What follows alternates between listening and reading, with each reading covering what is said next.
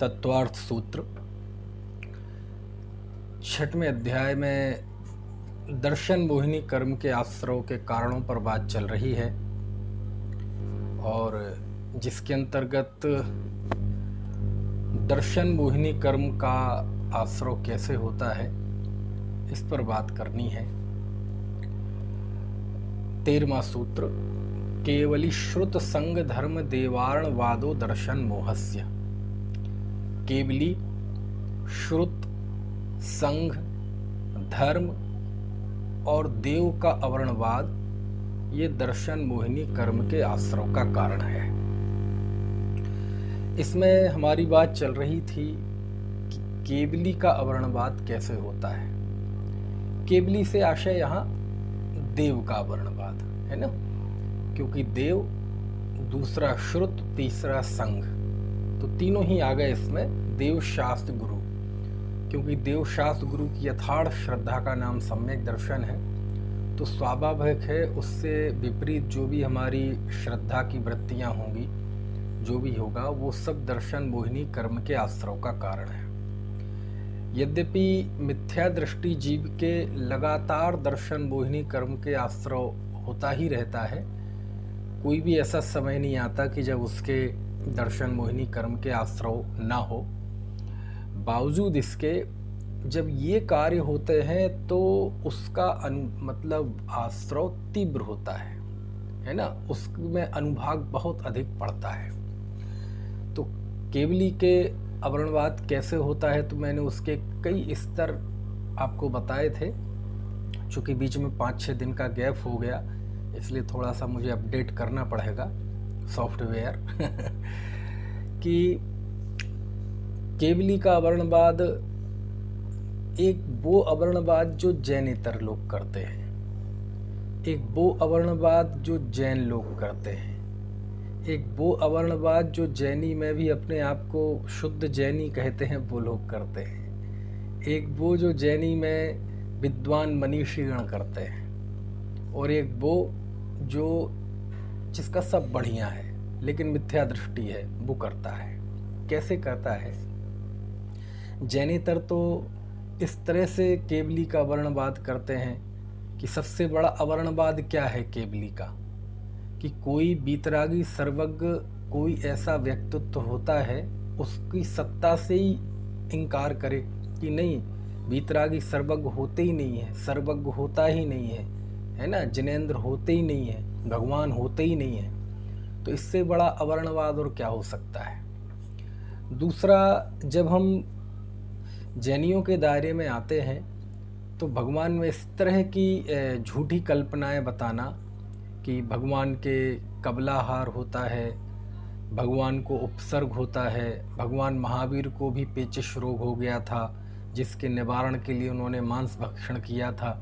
ऐसी ऐसी अनेक झूठी कल्पनाएं जब बीतरागी सर्वज्ञ देव के साथ जोड़ दी जाती हैं तो वो भी अवर्णवाद है ना। तो एक तो हो गया वो अवर्णवाद जो दुनिया करती है, एक वो अवर्णवाद जो जैन करते हैं, जैन में भी श्वेतांबर करते हैं। तो क्या दिगंबर दूध के धुले हैं? नहीं नहीं, अभी आओ आप। दिगंबर भी अनेक तरह से केवली का अवर्णवाद करते हैं। कैसे केवली का अवर्णवाद करते हैं कि केवली को, चूंकि केवली वितरागी होते हैं और सर्वज्ञ होते हैं, क्योंकि यदि गुणस्थान परिपाटी की दृष्टि से देखा जाए तो पहले जीव बीतरागी होता है और उसके बाद सर्वज्ञ होता है। यानी जब भी कोई सर्वज्ञ होगा तो बीतरागता के साथ होगा। तो सच्चे देव का तो लक्षण ही है जो बीतरागी हो, सर्वज्ञ हो। तो मान लीजिए बीतरागता सर्वज्ञता ये जैनत्व है, ये मतलब सच्चे देव की पहचान है। अब कोई दिगंबर जैनी होकर भी इससे विपरीत कथन करे, इससे विपरीत उनका स्वरूप बताए, मान लीजिए भगवान बीतरागी है और वह उन्हें रागी प्ररूपित करे, कर्ता प्ररूपित करे। उपचार अलग चीज़ है, भक्ति आदि में इस तरह की बातें आती हैं, लेकिन भगवान के वीतराग स्वरूप को बिल्कुल आवरित करके, उसे ढक के उन्हें इस रूप में प्रस्तुत करना कि ये भक्तों का उद्धार करते हैं, हमारी ग्रह दशा शांत करते हैं, हमें निरोग करते हैं, तो ये सारा देव का अवर्णवाद है ना। और आप देखो हमारे यहाँ अतिशय के नाम पे बहुत देव का वर्णवाद, देव मतलब केवली का वर्णवाद, है ना। तो अनेक तरह से वर्णवाद करते हैं। कहीं अब शायद ये पहले बात हो चुकी है हमारी पिछली कक्षा में, इसमें अनेक तरह की जो भ्रांतियाँ चमत्कार के नाम पे, अज्ञानता के नाम पे, है ना, तो कई अतिशय क्षेत्र खड़े हो गए, भगवानों में हमने भेद कर दिए, क्योंकि 24 तीर्थंकर में 4-5 भगवान ही हमारे यहाँ सुपर हिट हैं। शेष को तो कोई 24 तीर्थंकरों के अंदर नाम आ गया तो आ गया, नहीं तो कोई नाम भी नहीं लेता। अनंतनाथ, धर्मनाथ, कुंथुनाथ, इन्हें कौन पूछता है। या तो पार्श्वनाथ, क्योंकि वो रक्षा करते हैं, और पार्श्वनाथ रक्षा करते हैं इतना ही नहीं, 23 तीर्थंकर रक्षा नहीं करते, नहीं, जिस दृष्टि से करते हैं 24 ही करते हैं, और जिस दृष्टि से नहीं करते हैं तो पार्श्वनाथ भी नहीं करते। लेकिन पार्श्वनाथ में भी खास पार्श्वनाथ, जो हमारे रोज़ हम जहाँ मंदिर जाते हैं और वहाँ जो पार्श्वनाथ भगवान विराजमान है, वो नहीं करते रक्षा, बल्कि दूर बैठे कहीं मक्सी जी के पार्श्वनाथ अथवा चिंतामणि के पार्श्वनाथ रक्षा करते हैं। पार्श्वनाथ भी सभी नहीं करते ना। तो ये सब देवों के अवर्णवाद है, यानी केवली का अवर्णवाद है, यानी भगवान की वो इमेज दुनिया के सामने प्रस्तुत करना, भगवान का वो स्वरूप बताना कि जिसमें भगवान का असल स्वरूप तो आच्छादित हो जाए, उस पर तो पर्दा ढक जाए, और वो स्वरूप उनको दुनिया के सामने बता देना जो उनका स्वरूप है ही नहीं, है ना। चलो ये तो छोड़ दीजिए, ये तो भोले भाले जीव हैं। लेकिन क्या प्रबुद्ध जन, जो विद्वान जन हैं, मनीषी जन हैं, ये लोग क्या केवली का वर्णवाद नहीं करते? करते हैं ना, क्यों नहीं करते। मैं बताता हूँ कैसे करते हैं। केवली कहते किसे हैं? सकल द्रव्य के गुण अनंत पर जाए अनंता, जाने एक एक काल प्रगट केवली भगवंता, है ना। जो 3 लोक 3 काल को प्रत्यक्ष जानते हैं, है ना, समस्त द्रव्य और उनकी समस्त पर्यायों को एक साथ प्रत्यक्ष जानते हैं, युगपद जानते हैं, वो सर्वज्ञ कहलाते हैं, वो केवली कहलाते हैं। अब इस केवली के इस स्वरूप को विकृत कर देना, कैसे कर देना कि जब क्रमबद्ध पर्याय की बात समाज के बीच में आई और लोगों को लगा कि ये क्रमबद्ध पर्याय का तो सबसे बड़ा आधार सर्वज्ञता है, यदि सर्वज्ञता रहेगी तो क्रमबद्ध पर्याय रहेगी, और इसमें तो बोले उनकी कांजी स्वामी की क्रमबद्ध पर्याय सिद्ध हो जाएगी, तो हमारी तो पूरी वर्चस्व की राजनीति खत्म हो जाएगी। तो जब इस तरह की मानसिकता आई तो उन्होंने सर्वज्ञता का विरोध कर दिया। कैसे सर्वज्ञता का अवर्णवाद कैसे होता है? पहले तो जैनेतर लोग तो कहते थे सर्वज्ञ होते ही नहीं है, लेकिन जैन धर्म का तो आधार ही सर्वज्ञता है। यदि जैन धर्म की ABCD शुरू की जाए कि जैन धर्म की ABCD क्या है? देवशास्त्र गुरु का स्वरूप, उसमें सबसे पहला कौन है? देव। देव किसे कहते हैं? जो बीतरागी सर्वज्ञ हो, है ना। तो जैन धर्म की तो ABCD अल्फाबेट, है ना, पहाड़ा समझ लो, वो सर्वज्ञता से शुरू होता है। क्योंकि कोई भी यदि हमारे यहाँ शास्त्र की परिभाषा क्या दी? अर्हंत भास यत्थम गणहर देवे ही गंथयम सम्मम प्रणमामि भक्ति जुत्तो सुदृणाण महोदहिम सिरसा, जो अर्हंत द्वारा भाषित हो, है ना। समंत भद्र स्वामी ने रत्नकर्ण श्रावकाचार में शास्त्र की पहली शर्त क्या रखी? आप तो पज्ञ, वह आप के द्वारा कहा हुआ होना चाहिए। तो यहाँ तो जिनवाणी की शर्त ही है कि वह सर्वज्ञ द्वारा कही हो, सर्वज्ञ प्रणीत हो, अर्हंत भाषयत्थम, है ना। क्यों? क्योंकि जो भी रागी जीव होगा वह प्रामाणिक नहीं होता, और अल्पज्ञ जीव होता है वह प्रामाणिक नहीं होता। ठीक है। ये दुनिया में जितने भी पुस्तकालय हैं, लाइब्रेरी हैं, मंदिर हैं, तीर्थ हैं, वहाँ जितने भी हमारे करोड़ों की संख्या में शास्त्र रखे हुए हैं, वो शास्त्र केवल इसलिए हैं कि वो सर्वज्ञ प्रणीत हैं। वही कागज रहेगा, वही ग्रंथ रहेंगे, वही गाथा रहेगी, लेकिन वो शास्त्र 1 मिनट में सब रद्दी हो जाएगा। क्यों? उसमें से सर्वज्ञता को हटा दो। समझ में आए ना। क्योंकि 6 द्रव्य किसने देखे? सर्वज्ञ ने। 7 तत्व किसने जाने? सर्वज्ञ ने। भूत भविष्य वर्तमान की 24 किसने जानी? सर्वज्ञ ने। 8 कर्म 148 प्रकृतियां किसने जानी? सर्वज्ञ ने। तो जो साधना के आधार हैं, जो धर्म के आधारभूत बिंदु हैं, वो सभी सर्वज्ञता के आधार से है ना। लेकिन कमाल की बात यह है कि जब क्रमबद्ध पर्याय की बात आई तो लोगों ने सर्वज्ञता को ही उड़ा दिया। कैसे उड़ा दिया? किसी ने कहा कि सर्वज्ञ तो भविष्य को जानते ही नहीं है। अब ये तो बात चल नहीं सकती, तो फिर कहा जानते हैं लेकिन शर्त सहित जानते हैं। कुल मिला के ऐसे ऐसे उपक्रम किए गए। मैंने क्रमबद्ध पर्याय के विरोध में बहुत लेख पढ़े, कई पुस्तकें पढ़ी, और सर्वज्ञता पे ऐसी ऐसी बातें कही गई कि सच में पढ़ने में शर्म आए, आंखें झुक जाएं कि ये किस मानसिकता के जैन विद्वान हैं, किस मानसिकता के जैन मनीषी हैं कि आत्मघाती कदम, आत्मघाती यानी गुरुदेव के क्रमबद्ध पर्याय के विरोध के कारण उन्होंने स्वयं की हत्या कर ली, अपने पैरों पर कुल्हाड़ी पकड़ मार दी और सर्वज्ञता का ही निषेध कर दिया।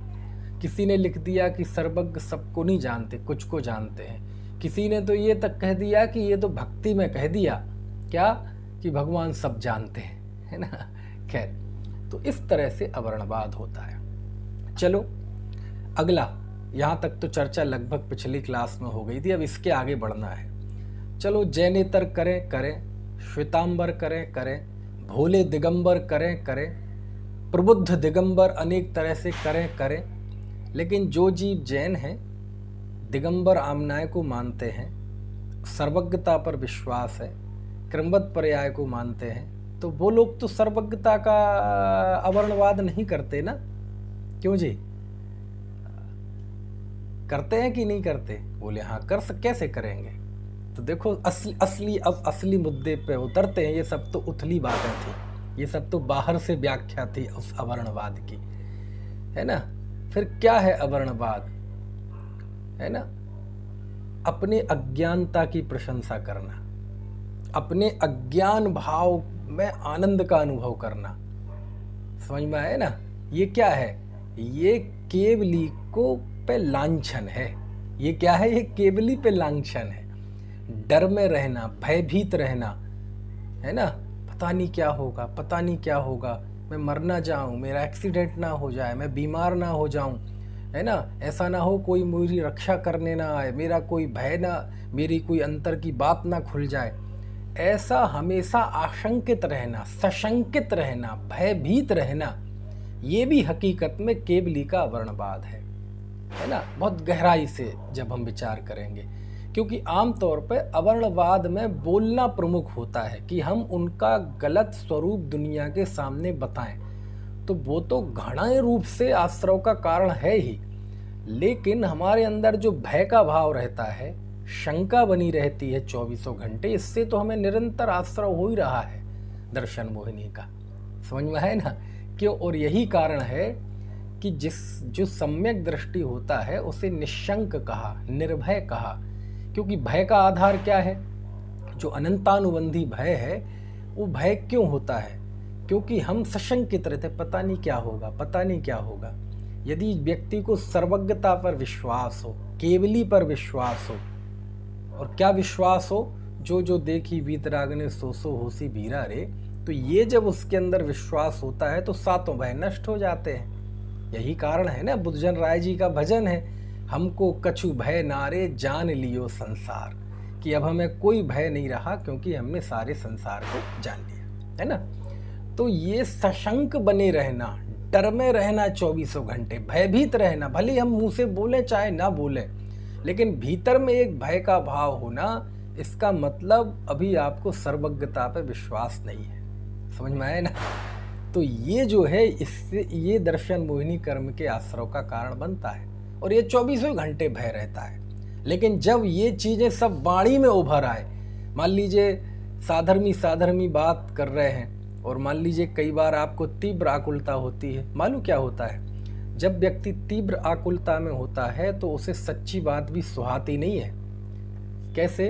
कि मान लीजिए कोई व्यक्ति है, वो तीव्र आकुलता में, बहुत गुस्से में है, और आप उससे कहें अरे कोई बात नहीं भैया, यार ठीक है, अब जो सुनिश्चित था वो हो गया, जो देखी भीतर आ गए सो होसी बीरा रे।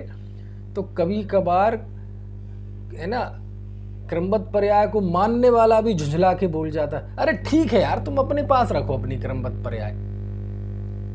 समझ में आया ना? तो देखो, वो जो आपके अंदर की सशंक वृत्ति थी वो आखिर वाणी में आ गई ना, अवसर पाकर मौका पाकर। वो अंदर में जो सशंक था व्यक्ति, डर था, भय था, चित्त में वो स्वीकृति नहीं थी सर्वज्ञता की, वो आ गई ना किसी आकुलता के समय पे, जुबां पे, तो कर दिया ना अवर्णवाद। अजी ठीक है, किसने देखा? नहीं, सर्वज्ञ ने तो सब देखा, चलो ठीक है, अब आप कह रहे तो मान ले रहे, है ना। ये सब अवर्णवाद है। समझ में आया ना? एक बार गुरुदेव श्री सोनगढ़ में थे, तो वो जा रहे थे, साथ में और भी लोग निकल रहे थे, तो वो फूल पड़ा हुआ था, तो गुरुदेव बचा के निकले, बोले इससे बच के निकला। तो बोले पता है इसमें हमारे पूर्व जन्म के कितने ही माता पिता हो सकते हैं, इसमें अनंत भावी सिद्ध हो सकते हैं इस फूल में। तो किसी ने, बगल में कोई व्यक्ति था, उसने कहा गुरुदेव किसने देखे? तो गुरुदेव को बहुत मतलब एक अफसोस हुआ कि कैसी बात करते हो तुम, ये यदि पैर के नीचे आ जाए, कुचल जाए, तो यद्यपि वो पाप है, वो कोई अच्छा कार्य नहीं है, लेकिन ये जो तुम शंका व्यक्त कर रहे हो किसने देखे, ये महापाप है। क्यों? कुचलना ये असावधानी जन क्रिया है, उससे पाप बंधेगा, वो कोई अच्छा कार्य नहीं, लेकिन ये इससे भी बड़ा अपराध है। क्यों? तुमने किसके सामने प्रश्न चिन्ह खड़ा कर दिया? सर्वज्ञता के सामने, किसी एक व्यक्ति के सामने नहीं, बल्कि सर्वज्ञता एक जो शाश्वत मूल्य है, आत्मा के ज्ञान की सर्वोत्कृष्ट अवस्था है, इसके प्रति जो अनास्था का भाव प्रकट कर दिया, ये अवर्णवाद है ना। ठीक है, चलिए, और यदि और मूलतः जाया जाए और गहराई में उतराया जाए, तो अपने ज्ञान स्वभाव को स्वीकार नहीं करना, अपनी ज्ञान की सामर्थ्य को स्वीकार नहीं करना। समझ में आया ना? क्योंकि आचार्य तो कहते हैं कि जीव का स्वभाव क्या है, तो वो लिखते सर्वभावांतरच्छेदे। 47 शक्तियों में देखा जाए तो सर्वज्ञातृत्व शक्ति, सर्वदर्शित्व शक्ति, सबको जानना देखना हमारा स्वभाव है। और बोलो, सर्वज्ञता को स्वीकार किए बिना क्या इस स्वरूप को स्वीकार किया जा सकता है? अथवा यूं कहें, इस स्वरूप को स्वीकार करे बिना क्या सर्वज्ञता की स्वीकृति हो सकती है? आप देखो, आचार्य कुंद देव के पास जब हम जाएं उनके चरणों में, तो जब वो प्रवचन सार में लिखते हैं, तो वहां आत्मा को सर्वज्ञ सिद्ध करते हैं, और सर्वज्ञता के पीछे उन्होंने जो युक्ति दी, हेतु दिया, वो क्या दिया? आदाणाण पमाणम मृणाणम णेयप्यमाण मुद्दिष्ठम णेयम लोया लोयम तम्मा आदाहु सब्बगयम। आदाणाण प्रमाणम, आत्मा ज्ञान प्रमाण है। आत्मा कितना? बोले जितना ज्ञान है उतना आत्मा है। आदाणाण प्रमाणम, आत्मा ज्ञान प्रमाण है। णाणम लेयप्यमाण मुद्दिष्ठम, और जो गे है, ज्ञान है, वो गे प्रमाण है। और गे कैसे है? णेयम लोया लोयम, गे लोकलोक है। इससे क्या सिद्ध हुआ? तम्हा आदाहु सब्बगयम, इस तरह आत्मा सर्वगत है ना। ऐसे गजब बताया है। खैर, तो अपने स्वभाव, अपनी सामर्थ्य की स्वीकृति ना होना, क्योंकि जब तक सामर्थ्य की स्वीकृति नहीं होगी, वो पर्याय मूल रहेगा, वो अल्पज्ञता में ही मूल रहेगा, तो उससे निरंतर दर्शन मोहिनी कर्म का आश्रय होता है। तो जब तक जीव को स्वभाव की प्रतीति नहीं है, वो तो 24 घंटे दर्शन मोहिनी कर्म का आश्रय वो कर ही रहा है। लेकिन जब ये अज्ञान भाव जब एकदम जुबां पे आ जाता है, समझ में आया ना, जब एकदम दिमाग में छा जाता है, तीव्र आकुलित होते हैं, सशंकित हो जाते हैं, अंट शंट वचन बोलने लगते हैं, अनेक उपक्रमों से सर्वज्ञता का अपलाप करते हैं, तो उस समय उस ज्ञान दर्शन मोहिनी कर्म का बहुत तीव्र स्थिति अनुभाग वाला आश्रय होता है। ठीक है, उसी को यहाँ बताते हैं। ठीक है, तो आप बताओ, आपके मन में आता है और किस किस तरह से केवली का जो अवर्णवाद होता है ना। केवली का अवर्णवाद मतलब केवल उनकी केवल ज्ञान की तरफ से नहीं, ये तो मैं आपको समझाने के लिए बता रहा हूँ, किसी भी तरह से, है ना। भगवान को किस रूप में देखना? अब आप देखो, आप जाओ, अरे अभी कुछ दिन पहले यहाँ अभी चिदायतन में एक दिन का प्रोग्राम हुआ था, तो हमारे एक कोटा से चेतन शास्त्री जी आए थे, तो बंगाल होके आए। तो बंगाल में एक स्थान ऐसा बताया उन्होंने, ज़िले में लाखों जिन प्रतिमाएं हैं, उस ज़िले में लाखों जिन प्रतिमाएं, और एक परिसर में वो वहाँ गए तो वहाँ जैनियों को जाने नहीं देते, और आते हैं जैनी तो वहाँ लोगों उन्होंने कब्जा कर रखा है दूसरे लोगों ने, तो चौथे काल की प्रतिमा, आदिनाथ भगवान की प्रतिमा नहीं, महावीर भगवान की प्रतिमा, और वो उसके सामने बलि देते हैं, भगवान के सामने बलि देते हैं। सोचो आप, समझ में आए ना। वो कोई पता चले जैनी आए तो वहीं भगवान के सामने वो मुर्गा काट के वो रख देते हैं ताकि ये लोग आए ही ना यहाँ। उनने खुद दिखाया कि देखो ये है, वहाँ फोटो वोटो खींचने नहीं देते, लेकिन वो गए, बारिश होने लगी तो लोग देख नहीं पाए, उन्होंने वहाँ वीडियो बनाया, अमित शाह को भेजा। अब वो होगा तो क्या पता नहीं।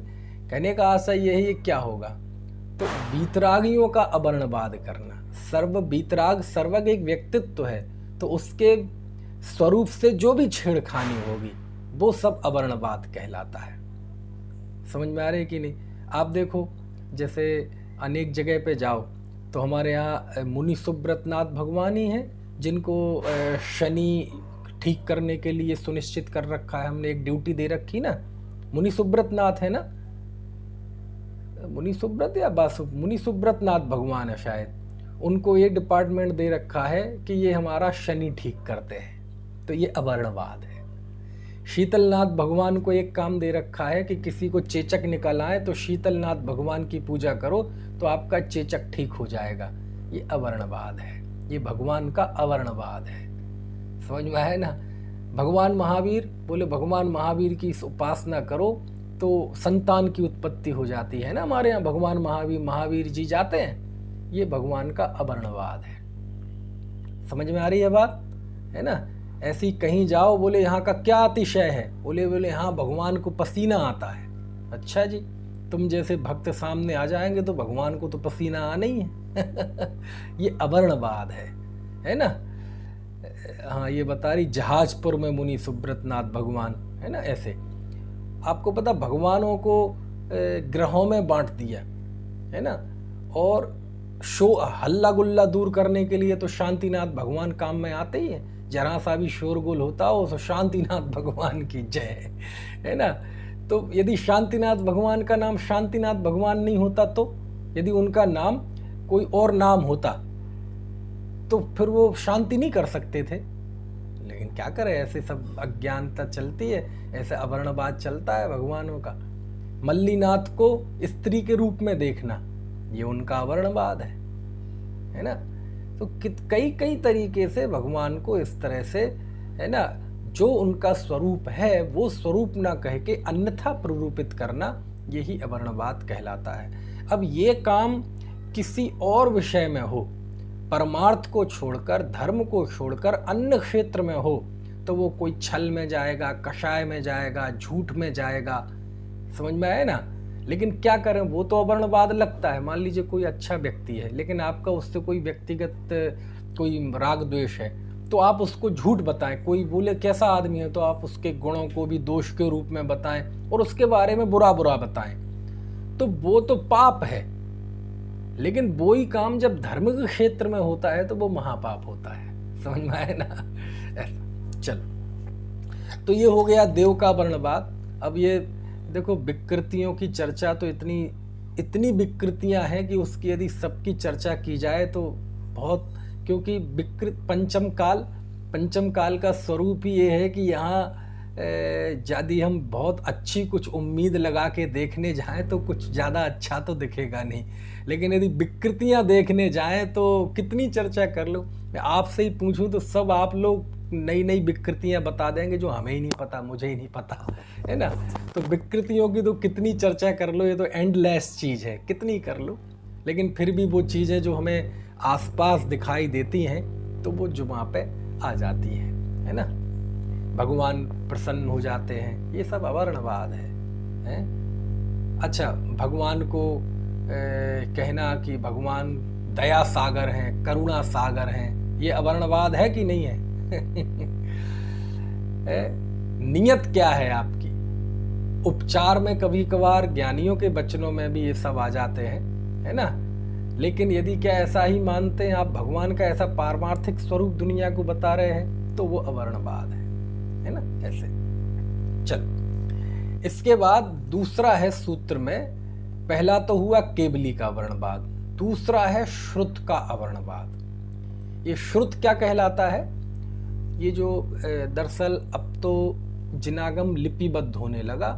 शुरुआत में ये मतलब पहले ये सब श्रुति परंपरा से चलता था, तो आज हमारे सामने जो जिनवाणी है ये ही श्रुत कहलाता है।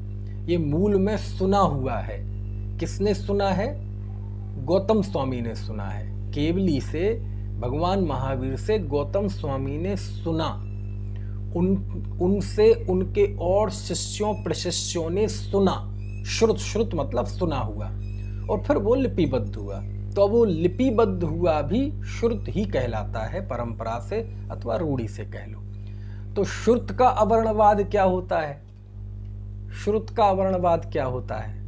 तो देखो, ये भी कई तरह का होता है, उसी लेवल पे आप लगा लो जैसे हमने देव पे लगाया। एक तो वो श्रुत का वर्णवाद जो जैनेतर करते हैं। जैनेतर श्रुत का वर्णवाद कैसे करते हैं कि ये तो जैनियों के शास्त्र हैं, इसमें तो जीव को कायर बनाने की बातें हैं, इनके अनुसार तो इनके शास्त्रों को माना जाए तो व्यक्ति असभ्य हो जाएगा, है ना, जाहिल हो जाएगा। ये तो कह रहे हैं कि नग्न रहो, ये रहो, वो रहो, इनके अनुसार तो जीना ही मुश्किल हो जाएगा, है ना, पानी। तो शास्त्रों में जो लिखा है उसको इस रूप में प्रस्तुत करना, अथवा कई ऐसे होते हैं कि अरे आपको नहीं पता, जैन शास्त्रों में लिखा है कि मांस खाना चाहिए, शराब पीना चाहिए। यानी दुनिया में जो पाप चलता है, व्यसन चलते हैं, उन पापों का पोषण शास्त्रों से करना, कि शास्त्रों में ऐसा लिखा है। देखो कितने ही लोग कहते हैं कि एक बात बताओ जी, जब नेमिनाथ भगवान जो कि तीर्थंकर थे, समझ में आया ना, और उनके रिश्तेदार राजुल, जो यद्यपि शादी नहीं हो पाई लेकिन उसने भी अर्जी का व्रत लिए, तो इतना बड़ा खानदान जहाँ तीर्थंकर हैं, तीर्थंकर के रिश्तेदार हैं, वहाँ भी बारात की स्वागत के लिए वो पशु बांधे गए थे, तो उनके यहाँ भी मांस भक्षण चलता था। इसका मतलब तो इसलिए हम मांस खा सकते हैं। ये क्या है? ये श्रुत का अवर्णवाद है, समझ में आए ना। और आपको पता है, ये जो आजकल एक मुस्लिम स्कॉलर है, आजकल प्रतिबंधित है, क्या नाम है, नईक, क्या ना, ऐसे ही है ना, जाकिर नईक, हालांकि नाम क्यों लेना, लेकिन चलो आ ही गया है मुंह पे। तो वो तो एक बार उसके यहाँ, उसी के मंच पे, ये पीस टीवी आता था पहले, अब तो प्रतिबंधित हो गया। तो वो इस मुस्लिम स्कॉलर था, उसको वो बहुत धर्म परिवर्तन कराता है।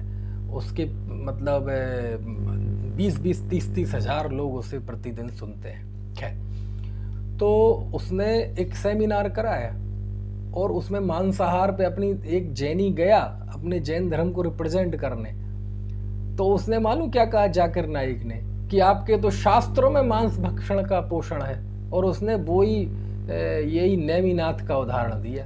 बोले आपके तो तीर्थंकरों की परंपरा में मांस भक्षण चलता था।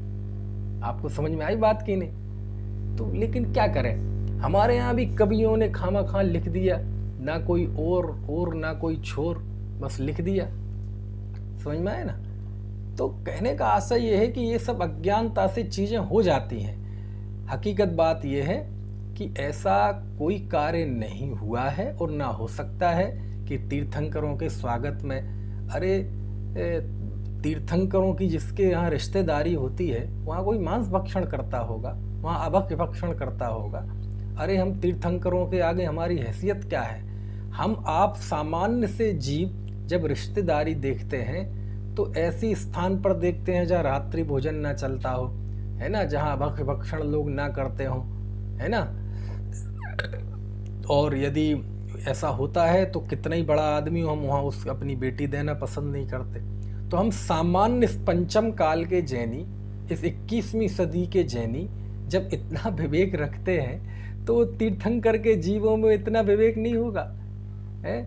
लेकिन बस वो लोगों ने कहानी जोड़ दी, क्योंकि इस काल में थोड़ा सा भी किसी के पास काव्य क्षमता है, थोड़ी सी भी प्रतिभा है, थोड़ा सा वो पढ़ लेता है तो अपने आप को लेखक, अपने आप को शास्त्र लिखने का और काव्य बनाने का अधिकारी मानने लगता है।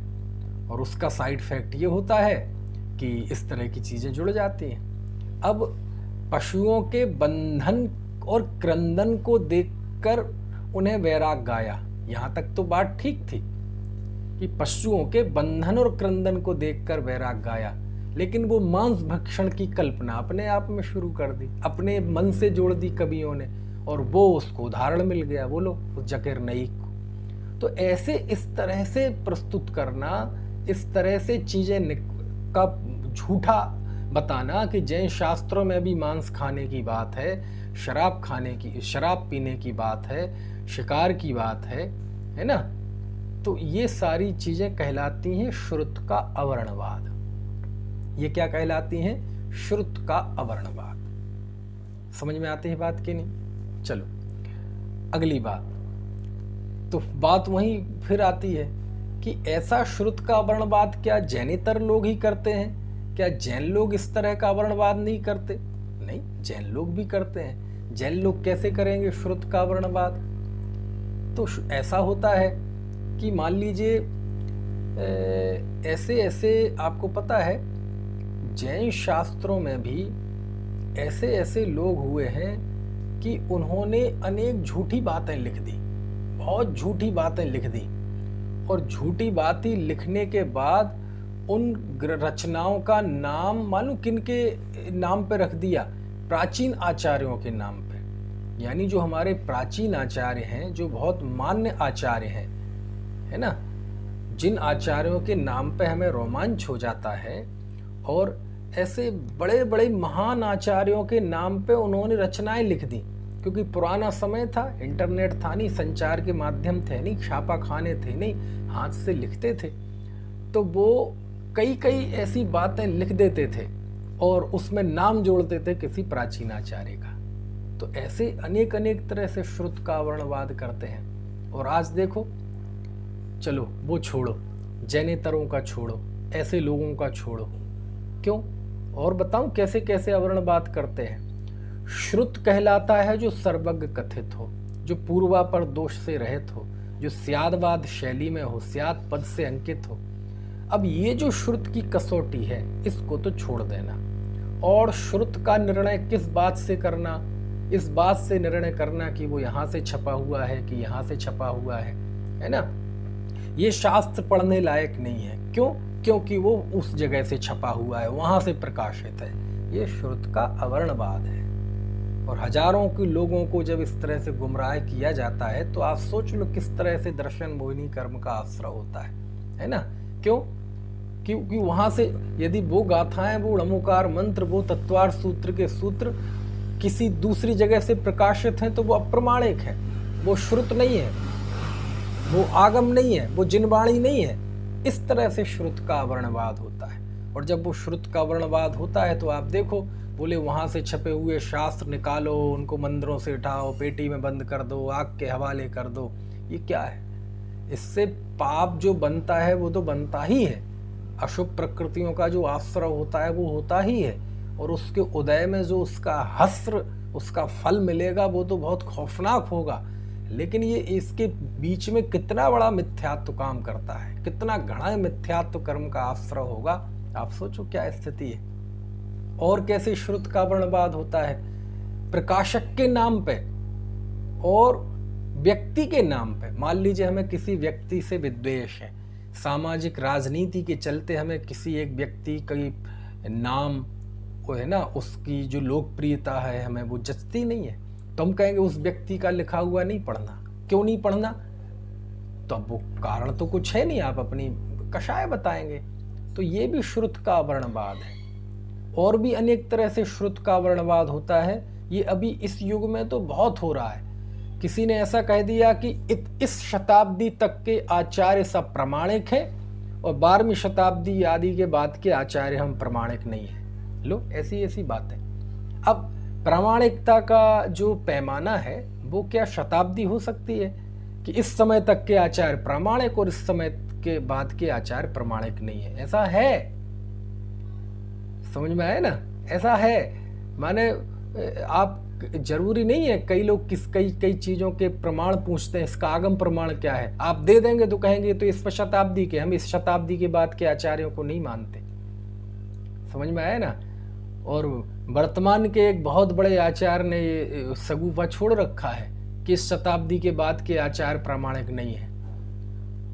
समझ में आया ना। तो हमारे एक बड़े भाई साहब हैं पंडित देवेंद्र जी बिदोलिया, उनके सामने किसी ने ऐसा तर्क रखा तो उन्होंने मालूम क्या जवाब दिया, ये जो आचार्य कह रहे हैं वो कौन सी शताब्दी के हैं ऐसा जो आचार्य कह रहे हैं वो कौन सी शताब्दी के हैं? बोले वो तो इसी शताब्दी के हैं, वर्तमान दौर के। तो बोले उनकी ये बात प्रमाणिक कैसे मान लें हम समझ में आया ना। तो कहने का आशय ये है, ये सब श्रुत का वर्णवाद है। श्रुत की जो मूल विशेषता है कि वह सर्वज्ञ प्रणीत हो, वह पूर्वापर विरोध से रहित हो, स्यात् पद से अंकित हो, वीतरागता का पोषण करने वाली हो, मिथ्यात्व का खंडन करने वाली हो, ये जो जिनवाणी का भीतरी व्यक्तित्व है उसको तो दबा देना और उसको अनेक अनेक तरह से प्रकाशन के स्थान के नाम पर, व्यक्ति के नाम पर, है ना। कई लोग ऐसा भी कहते हैं कि पंडितों के लिखे नहीं पढ़नी चाहिए। समझ में आए ना पंडितों के लिखे नहीं पढ़ो, गृहस्थों के लिखे नहीं पढ़ो। अब क्या करें, अब ये सब अवर्णवाद है ना। सर्वज्ञ की परंपरा के अनुसार स्यात् पद से अंकित, पूर्वापर दोषों से रहित, यदि 10 साल का बालक लिखता है तो वो प्रामाणिक है। और कोई भले ही 90 साल का बुजुर्ग हो, है ना, 80 साल जिसे दीक्षा लिए हुए हो गए हो, बहुत बड़े आचार्य हों, लेकिन उनकी वाणी में हठ है, आग्रह है, राग है, कषाय है ना, परंपरा से विरोध है, तो वह श्रुत नहीं है। क्योंकि श्रुत का निर्णय उम्र नहीं करती, श्रुत का निर्णय गृहस्थ या मुनि पद नहीं करता, श्रुत का निर्णय प्रकाशन स्थान नहीं करता, श्रुत का निर्णय शताब्दी नहीं करती। कहीं शास्त्र में कोई ऐसा लक्षण लिखा हो, कोई प्राचीन, कि इनसे श्रुत का निर्णय हो, तो आप बताओ। समझ में आया ना। लेकिन ऐसा नहीं है। तो इस तरह की बातें जब मुंह से बोली जाती हैं और उससे लोग गुमराह होते हैं, तो वो खुद भी व्यक्ति दर्शन मोहिनी का घड़ा आश्रय करता है और दूसरे जीवों को भी दर्शन मोहिनी में झोंक देता है कि हम भी मरे तुम भी मरे, मैं भी डूबूं तुम भी डूबो, साथ में डूबेंगे, मजा आएगा है ना। एक तरह से सामूहिक आत्महत्या, है ना। शाही स्नान तो सुना होगा आपने, लेकिन शाही आत्महत्या, हम भी डूबेंगे तुम्हें भी डुबोत के लिए जाएंगे। क्यों? गुमराह, है ना, गुमराह करने वाला वो खुद का पतन तो करता ही है, ना जाने कितनों को ले डूबता है ना। खैर, तो इस तरह से श्रुत का अवर्णवाद होता है, ठीक है। और चलो ये तो छोड़ दो, चलो ऐसे लोगों को छोड़ दो। हम आप में से तो कोई श्रुत का वर्णवाद नहीं करता होगा ना, करता है कि नहीं? अरे हाँ करते हैं, क्यों नहीं करते? अरे मैं बताता हूँ, क्या करें इतनी, मैं बताया ना, विकृतियों की तो आप जितनी चर्चा कर लो उतनी कम है, क्योंकि इस युग में विकृतियों पे ही ज़्यादा चर्चा हो सकती है विकृति पे कैसे? जैसे 4 अनुयोग हैं, जिनवाणी की 4 शैलियाँ हैं। अब जो जिस शैली का जो कार्य है, जिनवाणी के जिस अनुयोग का जो उद्देश्य है, उसके विपरीत जिनवाणी को रिप्रेजेंट करना। कैसे रिप्रेजेंट करना? मान लीजिए समय सार से हमें अपनी दृष्टि सुधारनी है, आचरण हमें श्रावकाचार से सुधारना है ना। लेकिन कोई कहे कि भाई साहब ऐसा कर लो, ये कर लो, थोड़ा सा नियम ले लो, अभक्ष भक्षण का त्याग कर दो, अच्छा नहीं लगता जैनी और ऐसा ऐसा ऐसा। भैया तुम्हें पता नहीं है, शास्त्र में लिखा है कि कोई किसी को मार नहीं सकता, कोई किसी को बचा नहीं सकता, और वह यदि अपने असंयम के लिए, अपने शिथिलाचार के लिए, अपनी भोग वृत्ति के लिए यदि वो समय सार की गाथाएं सुनाता है, तो वो दर्शन मोहिनी कर्म का आश्रय कर रहा है, वो श्रुत का वर्णवाद कर रहा है। ऐसा कैसे हो सकता?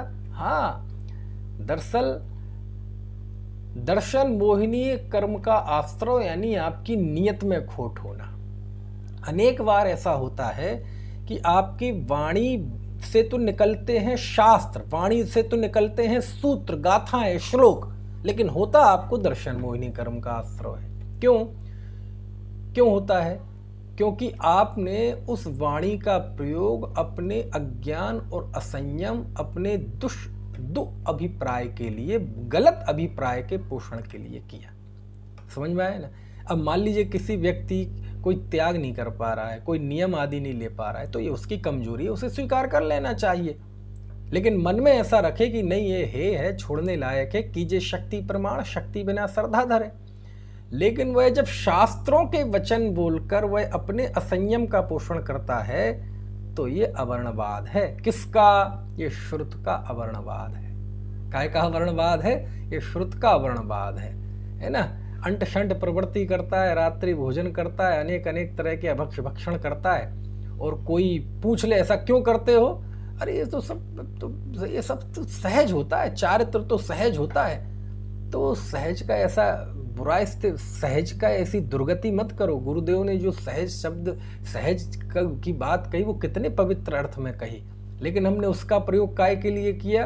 अपनी, है ना, पापों के पोषण के लिए किया, अपनी विषयाभिलाषा के पोषण के लिए किया। तो ये श्रुत का अवर्णवाद है। क्या है ये? श्रुत का अवर्णवाद है। साहब, जब रामचंद्र जी 6 महीने लेके कंधे पे घूमते रहे लक्ष्मण को, तो हम क्यों नहीं घूम सकते? ये श्रुत का अवर्णवाद है। साहब, जब वो 96,000 शादी कर सकते हैं, तो हम 2 शादी क्यों नहीं कर सकते? ये श्रुत का अवर्णवाद है। क्यों? क्योंकि श्रुत को तुमने सही अर्थ में समझा नहीं।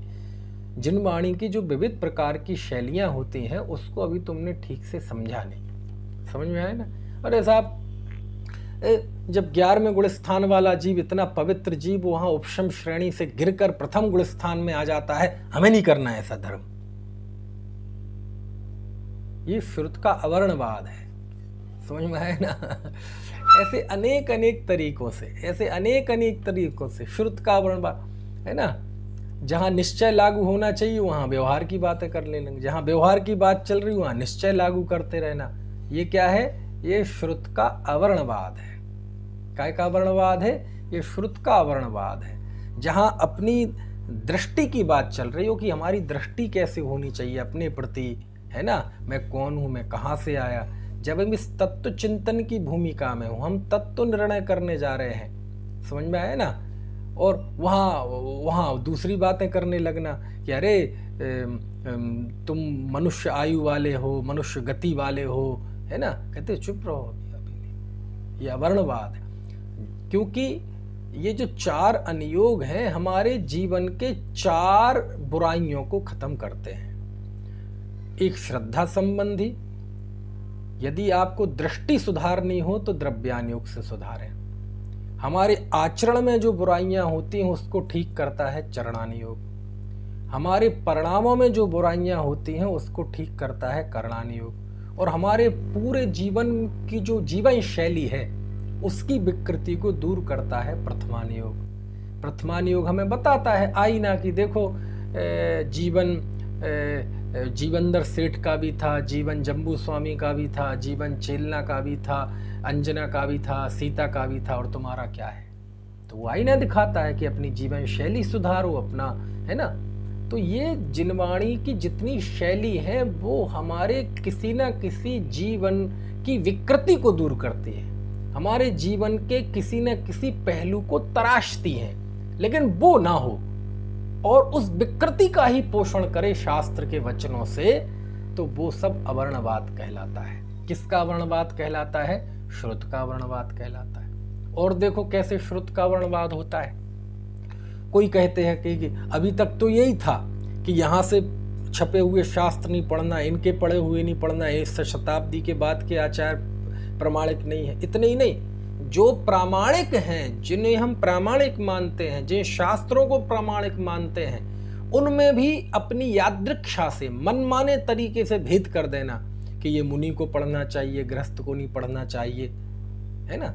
यदि हकीकत में ऐसा कोई है बंटवारा प्रायश्चित शास्त्र वगैरह का तो वो अलग बात है, लेकिन बिल्कुल बिल्कुल एक सोची समझी रणनीति की तरह बोले समय सार मुनियों के लिए है, गृहस्थों के लिए नहीं है, तो ये भी अवर्णवाद है। किसका?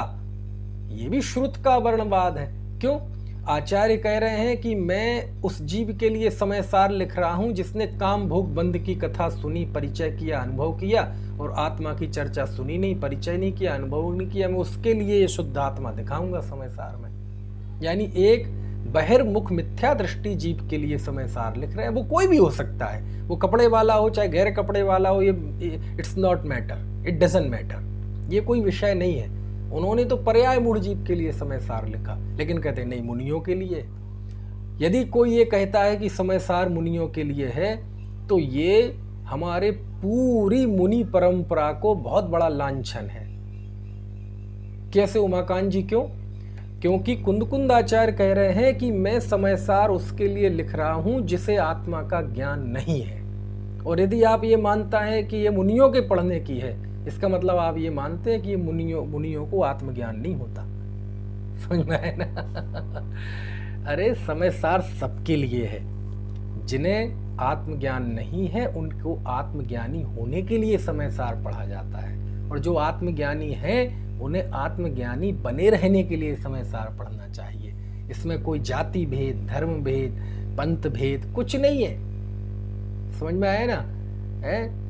लेकिन उसको इस रूप में प्रस्तुत करना कि ये तो मुनियों के लिए है ना, तो ये श्रुत का वर्णवाद कहलाता है। अथवा है ना, जो गृहस्थ पढ़ेगा वो नरक में जाएगा, निगोद में जाएगा, 8वें नरक में जाएगा। समझ में आया ना? ये सब श्रुत का वर्णवाद है। यानी श्रुत की जो मूल आत्मा है, स्याद्वाद, अनेकांत, है ना, ये इन चीजों को छोड़कर और उसमें वो सारी संभावनाएं शास्त्र में जो हमारे जीवन को परिपूर्ण बनाती हैं, शुद्ध बनाती हैं, उन सारी चीजों को छोड़कर उन्हें किन्हीं न किसी, है ना, अपनी कषाय के पोषण के लिए, समाज में वर्चस्व स्थापित करने के लिए कुछ ना कुछ ऐसी कंडीशन जोड़ देना, ऐसी कंडीशन जोड़ देना, है ना, वो सब श्रुत का वर्णवाद है। समझ में आए ना? तो ऐसे बहुत रूप होते हैं देव के अवर्णवाद के, श्रुत के अवर्णवाद के। किन किन रूपों में हम श्रुत का अवर्णवाद करते हैं। और आजकल तो एक और नई फैशन चली अशोक जी, और वो फैशन कौन? जैनेतर नहीं, इस तरह का श्रुत का वर्णवाद जैनेतर नहीं करते। वो जो करते हैं वो मैंने बता दिया, श्वेतांबर नहीं, दिगंबरों में भी भोले भाले दिगंबर नहीं, दिगंबरों में भी जो कषाय वाले त्याग मतलब बुद्धिजीवी मनीषी वर्ग है वो नहीं।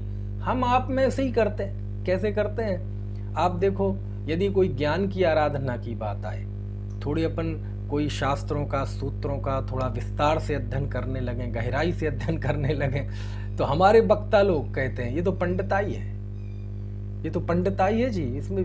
अरे मुझे नहीं भाई, मुझे ज़्यादा शास्त्रों का ज्ञान नहीं है, मैं शास्त्री नहीं हूँ। तो वो ऐसा कह के अपनी अज्ञानता का पोषण करता है, और वह उस जिनवाणी के वो मालूम उसे पता ही नहीं जीव को कि जब हम ऐसा कहते हैं तो ये जो हमने तीर छोड़ दिया है ना, ज़्यादा पंडिताई में नहीं पड़ना, ये तीर जाके मालूम किसके सीने में लगता है? ये कुंद देव के सीने में लगता है। उन्होंने 84 पहाड़ लिखे पंडिताई की। वीरसेन स्वामी के सीने में लगता है। उन्होंने 92,000 श्लोक प्रमाण लेखन किया है जिनवाणी का, उन्हें कलिकाल सर्वज्ञ कहते हैं। उन्होंने पंडिताई की। समंत भद्राचार्य ने पूरी जीवन लगा दिया जिनवाणी को लेखन में, वो पंडिताई की उन्होंने। नेमीचंद सिद्धांत चक्रवर्ती देव ने, है ना, जीवन लगा दिया जिनवाणी की सेवा में, सिद्धांत को लिखने में पंडिताई की है उन्होंने। समझ में आया ना? उस जीव को पता ही नहीं रहता कि ये जो मैंने मुंह से बोला है शब्द, ये कहाँ जाके टकरा रहा है, कहाँ जाके टकरा रहा है। अकलंक देव ने पंडिताई की है, विद्यानंदाचार्य ने पंडिताई की है, भूतबली पुष्पदंताचार्य ने पंडिताई की है, योगेंदु देव ने पंडिताई की है, पंडित टोडरमल जी ने पंडिताई की है, जयचंद जी छावड़ा ने 9-9, 10-10 भाषा बचनिकाएं लिखी, पंडिताई की है, गुरुदेव ने 45 साल पंडिताई की है। तो ये सब श्रुत का वर्णवाद है। यानी श्रुत को उस रूप में प्रस्तुत नहीं करना जिस रूप में उसका वैभव है, जिस रूप में वह उपयोगी है। अन्यथा प्ररूपित करना, गलत अपेक्षा से प्ररूपित करना, अपने अज्ञानता के पोषण के लिए चाहते हैं दुनिया भी अज्ञानी रहे, ये ज्यादा पढ़ लेंगे तो ये कल के दिन हमारी गलती निकालने लगेंगे। समझ में आए ना? ये सारी चीजें श्रुत का अवर्णवाद होती हैं। समझ में आए ना? श्रुत का कई बार तो मालूम व्यक्ति अपने अज्ञानता की भी क्रेडिट लेता है। कैसे अज्ञानता की? देखो जी, मैं ज्यादा पढ़ा लिखा नहीं हूं, ना मैं ज्यादा पढ़ना चाहता जी। ज्यादा पढ़ने से दिमाग खराब होता है ना? ये पंडिताई में कुछ नहीं रखा, अपनी तो मोटी मोटी 2-4 बातें पढ़ लो और उसमें हा हा हु अच्छे भजन और ये मस्त रहता है। तो वो इस रूप में पहले तो अपनी अज्ञानता की स्वीकृति होनी चाहिए। देखो भैया, मेरी ज़्यादा बुद्धि नहीं है, मैं बहुत ज़्यादा नहीं पढ़ पाता हूँ, है ना? तो मुझसे आप उम्मीद मत रखें कि मैं बहुत गहरी गहरी बातें बता पाऊँगा, लेकिन जो थोड़ा बहुत मैंने सीखा है अपने गुरुओं से वो मैं आपको बताता हूँ, है ना? तो पहले अपने अज्ञानता की स्वीकृति होनी चाहिए, लेकिन वो अपनी अज्ञानता की क्रेडिट लेता है तो हर्षित होता है, आनंदित होता है। काय में? अज्ञानता में। वो श्रुत का अवर्णवाद करते हुए आनंदित होता है और फिर कहते दर्शन मोहिनी कर्म का आश्रव कैसे होता है। तो जब वो ही अपने अज्ञान में खुश हो रहा है तो सुनने वाला तो और एक कदम नीचे है। तो ऐसा श्रुत का अवर्णवाद करके वो वक्ता खुश होता है और श्रोता सुनकर खुश होता है। हाँ जी, हम तुम्हें तो और भी बिल्कुल भी अकल नहीं है। तो चोर चोर मोसेरे भाई हो जाते हैं। तो कहने का आशय ये नहीं है कि ये सूत्रों में ऐसा नहीं है कि वो दूसरे लोगों की बात लिखी है, केवल सब जगह है। यानी हर व्यक्ति मिथ्यात्व का यदि वो आश्रय हो रहा है तो कुछ ना कुछ कारण तो है ना। वो कैसे कैसे किन किन तरीकों से श्रुत का वर्ण, हम सोचते हैं श्रुत का अवर्णवाद जैनेतर लोग करते होंगे, नहीं, जैनी करते हैं। जैनियों में भी भोले भाले नहीं, विद्वान भी करते हैं, साधु त्यागी वृत्ति भी करते हैं। चलो वो करते होंगे, हम तो नहीं करते, मुमुक्षु लोग नहीं, हम भी करते हैं। बस सबके रूप अलग अलग होते हैं, सबका स्वरूप अलग अलग होता है ना? कोई समाज की राजनीति के चलते, कोई अपने अज्ञानता के पोषण के लिए, अपने अज्ञानता की क्रेडिट लेने के लिए, ऐसे अनेक अनेक अनेक अनेक रूपों में श्रुत का वर्णवाद होता है। समझ में आया ना? और मुझसे कोई कहे कि क्या करें, तो मैं तो कहूँगा जहाँ से जिनवाणी पढ़ने मिले, जहाँ से सुनने मिले, जहाँ से सीखने मिले, समझ में आए ना? सीख लो, खूब पढ़ो, खूब पढ़ो, खूब पढ़ो, खूब पढ़ो। नहीं तो फिर शुष्क ज्ञान का निषेध तो किया है। हाँ किया है ना, क्यों नहीं किया? यदि उस ज्ञान को ही सर्वस्व मान लें, उसको ही यदि आप ये मान लें कि ये ही सब कुछ है, इससे आगे कुछ नहीं है, तत्व ज्ञान, भेद विज्ञान, तो फिर वो ज्ञान निंदनीय हो जाता है ना? और उसका तो शास्त्रों में यत्र तत्र निषेध है। समझ में आया ना? तो वो जब प्रकरण आए तो उसका निषेध होना ही चाहिए। मेरे सामने आएगी तो मैं भी ऐसा धोऊंगा इस शास्त्र ज्ञान को। किस कीमत पे? किस कीमत पे? भेद ज्ञान की कीमत पे, कि यदि कोई इसमें अटक जाए। और ये मैं नहीं, कुंद देव ने प्रवचन सार में लिखा, इतनी महिमा गाई शास्त्र ज्ञान की, आगम चक्षु साहू। आगम ही साधुओं की चक्षु होती है। आगम चेष्टा तदो जेठा, आगम चेष्टा ही श्रेष्ठ चेष्टा है। जो श्रवण आगम से रहित हैं वो मिथ्या दृष्टि है, कुछ नहीं है। इतनी मतलब बताया आगम ज्ञान की महिमा, और फिर लिख दिया लेकिन ऐसा आगम यदि सम्यक्त से रहित है तो बेकार है। नहीं, वो ज्ञान भी हो और सम्यक दर्शन भी हो, फिर आगे और बढ़ते हैं, लेकिन संयम नहीं है तो अकेले इससे भी कुछ होने वाला नहीं है। लिखा है प्रवचन सार में, गाथाएं की गाथाएं हैं। पढ़ो 332, 33, 34, 35, 36, 37, 38, 39, 200, 300 नहीं, गाथाएं नहीं है 300, तो 231, 32, 33, 34, 35, 36, 37, 38, ये गाथाएं पढ़ो। जो मैं बोल रहा हूँ बिल्कुल सब वो ही लिखा मिलेगा वहाँ, है ना? तो कभी भी इस तरह से अवर्णवाद नहीं करना चाहिए, है ना? आपको पता है हमारे आचार्यों की शास्त्र लिखते लिखते गर्दन टेढ़ी हो गई। शास्त्र लेखन की कीमत पे पंडित टोडरमल जी को क्या हुआ था पता है आपको? मृत्यु दंड की त्रासदी झेलनी पड़ी। इसी कीमत पर निकलंक ने अपना बलिदान दिया था कि नहीं? इसलिए और हमारे लिए एक शब्द में उड़ा दे तो पंडिताई है। समझ में आया ना? तो कहने का आशय है ऐसे ऐसे नहीं करना, किसी जिन धर्म के किसी भी अंग का माहौल नहीं बनाना चाहिए, चाहे वो शास्त्र ज्ञान हो, चाहे व्रत हो, चाहे उपवास हो, चाहे संयम हो, चाहे नियम हो, है ना।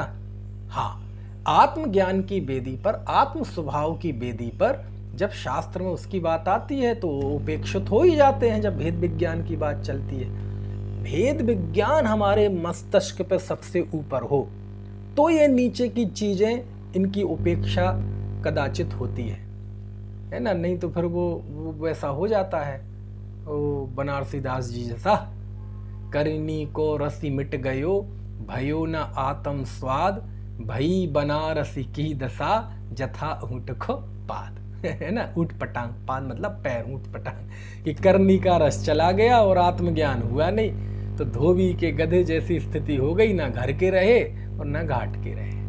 समझ में आया ना? तो खैर वो तो अलग विषय हो गया। कहने का मतलब ये है कि श्रुत का अवर्णवाद भी कई कई तरीकों से हम आप ही करते हैं। ये करने वाले कोई दूसरे नहीं है, वो हैं तो उनसे हमें कोई फर्क नहीं पड़ता। लेकिन हम जो आपस में करते हैं श्रुत का अवर्णवाद कई कई तरीके से, उसके अध्ययन का निषेध करके, उसके अध्ययन अध्यापन को पंडिताई कह के, अपने अज्ञानता को की क्रेडिट लेकर, अथवा कितना साहित्य प्रकाशन हो रहा है, क्यों हो रहा है, क्या जरूरत है इसकी, ये सारी चीजें, ये सब श्रुत का वर्णवाद होता है। समझ में आया ना? चलो, तो अभी समय हो गया है ना। बाकी की चर्चा हम कल करेंगे। आप में से किसी का कोई प्रश्न हो तो पूछ लीजिए, नहीं तो बाकी की चर्चा कल करेंगे। आज नेट की बीच में प्रॉब्लम गई और एट ए टाइम पता नहीं यूट्यूब पे भी नहीं चल पाया, लाइव स्ट्रीमिंग नहीं हुई। पता नहीं 5-6 दिन में क्या कुछ सेटिंग वगैरह बिगड़ गई हो, पहले से ध्यान नहीं दिया, एन वक्त पे वो हुआ नहीं, है ना। तो ये रिकॉर्डिंग तो हो रही है, अभी मैं थोड़ी देर में डाल दूंगा, तो यूट्यूब पे जो सुनते हैं वो भी सुन लेंगे, है ना। किसी को कोई प्रश्न है? चलिए, तो जिनवाणी स्तुति करते हैं ना।